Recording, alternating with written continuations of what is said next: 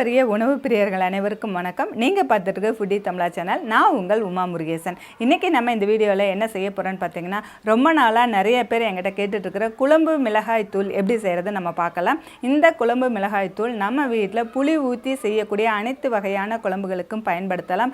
அதுபோல் நான்வெஜ்ஜில் மீன் குழம்புக்கு பயன்படுத்தலாம். இதுபோல் நம்ம சேனலில் சாம்பார் பொடி, ரசப்பொடி, கறி மசாலா பொடி, அதுபோல் சத்து மாவு, இட்லி பொடி, இந்த மாதிரி நிறைய பொடி வகைகள்லாம் நம்ம வீடியோ அப்லோட் பண்ணியிருக்கோம். அதனை பார்க்காதவர்கள் அதுக்கு கீழே லிங்க் கொடுத்துருக்கேன், போய் செக் பண்ணி பாருங்கள். நீங்கள் இந்த வீடியோஸை பார்த்துட்டு நீங்கள் வீட்லேயே உங்களால் அரைச்சிக்க முடியும். அப்படி உங்களால் அரைச்சிக்க முடியல, 2 பேர் வேலைக்கு போகிறோம், டைம் இல்லை அப்படின்னு நினச்சிங்கன்னா, உங்களுக்கு தேவைப்பட்டால் கீழே இருக்க கான்டாக்ட் நம்பருக்கு கான்டாக்ட் பண்ணுங்கள். நாங்கள் கொரியரில் அனுப்பி வைக்கிறோம். ஃபுட்டி தமிழா சேனலுக்கு சப்ஸ்கிரைப் பண்ணலைன்னா சப்ஸ்கிரைப் பண்ணிக்கோங்க. இதனுடைய ஸ்மால் குவான்டிட்டிஸ் அனைத்துமே நம்ம ரெசிபி தமிழான்னு ஒரு சேனலில் அப்லோட் பண்ணிகிட்ருக்கோம். அதுக்கும் சப்ஸ்கிரைப் பண்ணலைன்னா சப்ஸ்கிரைப் பண்ணிக்கோங்க. வாங்க வீடியோக்குள்ளே போகலாம். குழம்பு மிளகாய் தூள் செய்ய தேவையான பொருட்கள்: மல்லி 1 கிலோ, மிளகாய் 1/2 கிலோ, துவரம்பருப்பு 200 கிராம், கடலைப்பருப்பு 200 கிராம், சீரகம் 100 கிராம், மிளகு 100 கிராம், விரலி மஞ்சள் 100 கிராம், கட்டி பெருங்காயம் 100 கிராம், கடுகு 100 கிராம், வெந்தயம் 100 கிராம், அரிசி 100 கிராம்.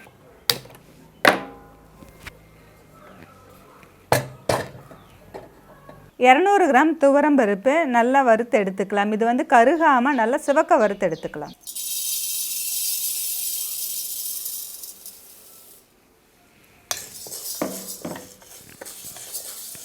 பொடி வகைகள்லாம் நம்ம செய்யும்போது, இந்த மாதிரி வறுக்கும்போது அடிக்கனமான பாத்திரம் அல்லது இரும்பு வடைசட்டி இல்லை மண் வடைசட்டி அந்த மாதிரி வச்சு வறுத்திங்கன்னா, அது அந்த பருப்பு வகைகள் எல்லாமே கருகாமல் ஒரே மாதிரியான சிவக்க வறுக்க முடியும். நம்ம லேசான வடைசட்டி வச்சிட்டோம்னா அது ஒரு பக்கம் கருகி போயிடும். அதனால தான் அடிகனமான பாத்திரத்தை வச்சு நம்ம வறுத்துக்கலாம்.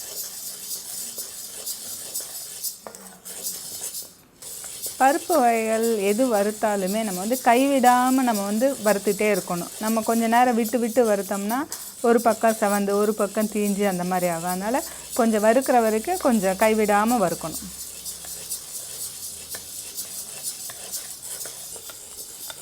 இப்போ நம்ம பருப்பு நல்லா சிகப்பாக வறுபட்டுருச்சு, நம்ம எடுத்துக்கலாம்.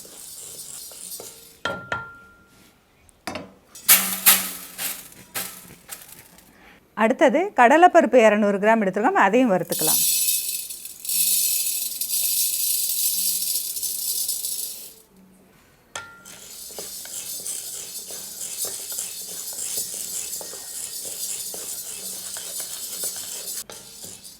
வடைசட்டி, அதாவது நம்ம வறுக்கும்போது பருப்பு வகைகள் இதெல்லாம் வறுக்கும்போது வடைசட்டி எந்த அளவுக்கு பெருசாக இருக்கோ அதை விட நீளமான கைப்பிடி உள்ள கரண்டியை நீங்கள் எடுத்துக்கலாம். ஏன்னா அப்போ தான் நம்ம கைக்கு சூடு அடிக்காது. அதுபோல் நம்ம சில்வர் கரண்டி யூஸ் பண்ணோம்னா கைக்கு சூடு ஆகும். இதே போல் இந்த மரக்கரண்டி யூஸ் பண்ணும்போது கையில் சூடு தெரியாது. நம்ம வடைசட்டி விட கொஞ்சம் பெருசாகவும் இருக்கணும். மரக்கரண்டியாக இருந்துச்சுன்னா அந்த சூடு நம்ம கைக்கு வராமல் இருக்கும்.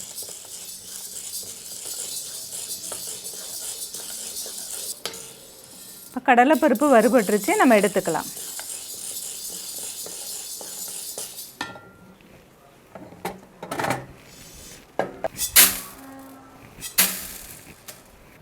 அடுத்தது சீரகம் 100 கிராம் எடுத்துருக்கோம், அதையும் வறுத்துக்கலாம்.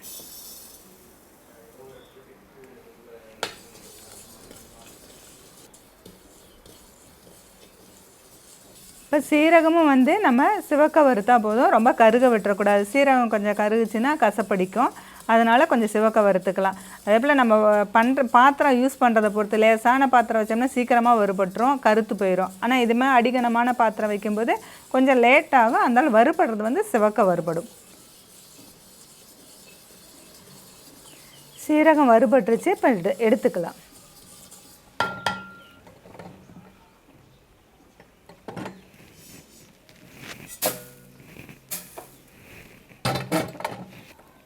அடுத்தது மிளகு 100 கிராம் எடுத்துருக்கோம், அதையும் வறுத்துக்கலாம்.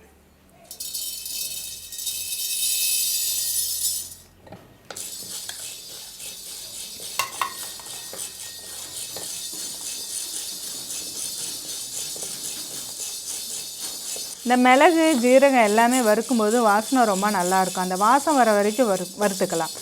இப்போ மிளகு வறுபட்டுருச்சு, நம்ம எடுத்துக்கலாம்.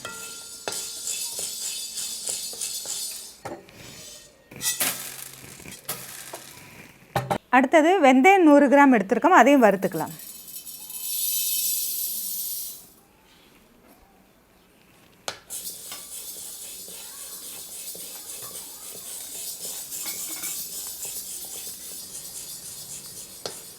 வெந்தயம் வறுபட்டுருச்சு, நம்ம எடுத்துக்கலாம்.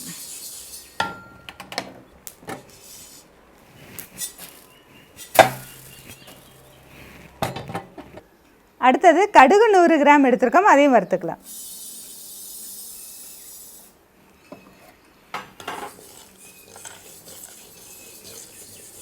கடுகு வந்து சீக்கிரமாக வறுபட்டுரும், போட்டோடனே கலர் கொஞ்சம் மாறிடும், வெடிக்க ஆரம்பிச்சிடும், உடனே எடுத்துடலாம். நம்ம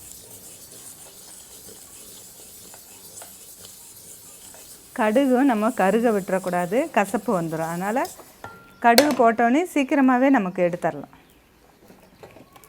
பொரிஞ்சு வரும்போது டக்குன்னு எடுத்துடணும். அடுத்தது 100 கிராம் அரிசி எடுத்துருக்கோம். இது வந்து புழுங்கல் அரிசி, அதையும் நம்ம வறுத்து எடுத்துக்கலாம்.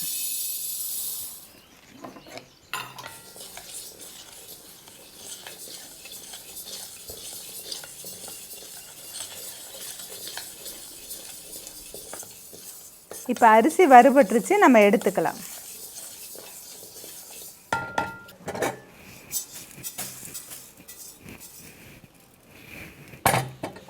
அடுத்தது நம்ம 100 கிராம் பெருங்காயம் எடுத்துருக்கோம், அதையும் வறுத்து எடுத்துக்கலாம். பொடி வகைகள் எல்லாத்துக்குமே நம்ம வந்து கட்டி பெருங்காயம் யூஸ் பண்ணும்போது தான் அதனுடைய வாசனை ரொம்ப நல்லாயிருக்கும். கட்டி பெருங்காயம் பார்த்திங்கன்னா பழசாக இருந்ததுன்னா நல்லா கெட்டியாக இருக்கும். அது வந்து கல் வச்சு ஏதாவது ஒரு சுத்தியில் வச்சு அல்லது தேங்காய் வச்சு உடைச்சோம்னா தான் உடையும். கொஞ்சம் புதுசாக இருக்கும்போது அது கொஞ்சம் இதாக இருக்குது, லிக்விட் மாதிரி இருக்கும். அதை நம்ம பிச்சு எடுக்கணும், சின்ன சின்னதாக எடுத்துகிட்டு அதுக்கப்புறம் நம்ம வறுத்து எடுத்துக்கலாம்.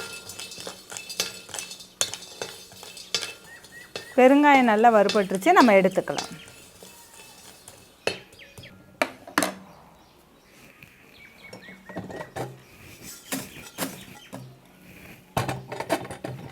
அடுத்தது விரலி மஞ்சள் 100 கிராம் எடுத்துருக்குறோம், அதை சின்ன சின்னதாக உடச்சி போட்டிருக்கோம், அதையே நம்ம வறுத்து எடுத்துக்கலாம்.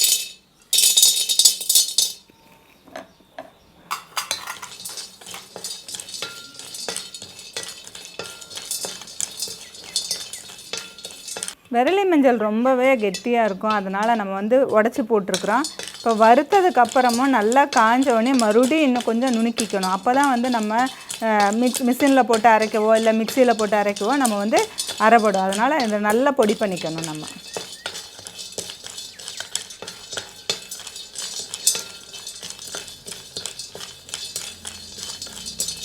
நம்ம வந்து சாம்பார் பொடியில் நம்ம மஞ்சள் போடலை, ஏன்னா ஆல்ரெடி நான் வந்து சொல்லியிருந்தேன், பருப்பு வேக வைக்கும்போது மஞ்சள் சேர்த்து தான் வேக வைப்போம். அதனால் நான் வந்து அதில் அந்த பொடியை நான் அப்படியே அரைச்சி பழகிட்டேன் மஞ்சள் சேர்த்தாமல். ஏன்னா பருப்பில் நல்ல மஞ்சள் இருக்கும். இதே வந்து குழம்பு மசாலாவில் வந்து நம்ம மஞ்சள் சேர்த்துறோன்னா குழம்பு மசாலாவுக்கு வந்து நம்ம மஞ்சள் தூள் வந்து தனியாக தான் சேர்த்துவோம். ஏன்னா தனியாத்தூள், அதுக்கு அடுத்து மிளகாத்தூள், மஞ்சள் தூள் தனியாக சேர்த்துவோம். அதுக்கு பதிலாக தான் நம்ம வந்து இப்போ இதுலேயே மஞ்சள் சேர்த்து நான் வரைக்கிறோம்.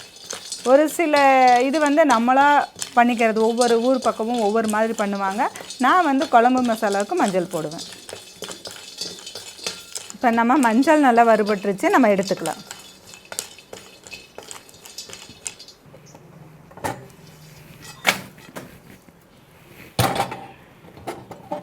நம்ம மஞ்சள் பொடியாக இருந்ததுனால இந்த வடசட்டி வந்து தொடச்சிக்கலாம். அடுத்தது நம்ம மல்லி 1 கிலோ எடுத்துருக்கோம், அதையும் வறுத்து எடுத்துக்கலாம்.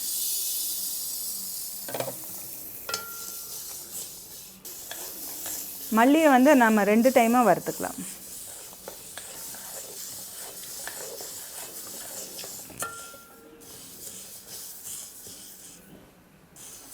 மல்லி வறுபட்டுருச்சு, நம்ம எடுத்துக்கலாம். மல்லி வறுக்கும் போதே பார்த்திங்கன்னா அந்த வாசம் ரொம்ப சூப்பராக இருக்கும். அந்த வாசம் வர வரைக்கும் வறுத்தா போதும்.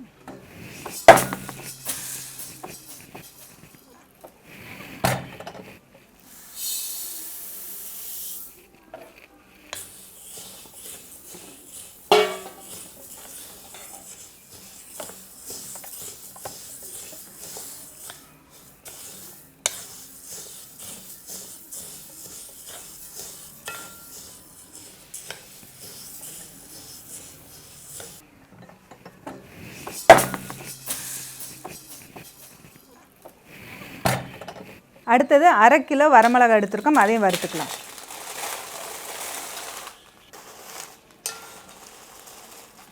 வரமிளகாய் கொஞ்சம் லேசாக வறுபட்டால் போதும், நம்ம எடுத்துக்கலாம்.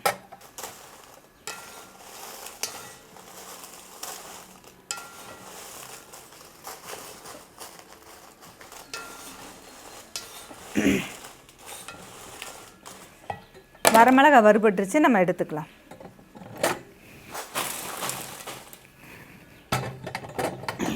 வரமிளகாய் லேசாக வறுத்தா போதும், கொஞ்ச நேரம் விட்டோம்னா அது தீஞ்சு போயிடும். லேசாக வறுத்து போட்டுக்கலாம். குழம்பு மிளகாய் தூளுக்கு எல்லாமே வறுத்து எடுத்தாச்சு. இதை வெயிலில் 2 மணி நேரம் நல்லா காய வச்சுட்டு அதுக்கப்புறமா ஃப்ளோர் மில்லில் போய் அரைச்சி எடுத்துகிட்டு வந்துக்கலாம்.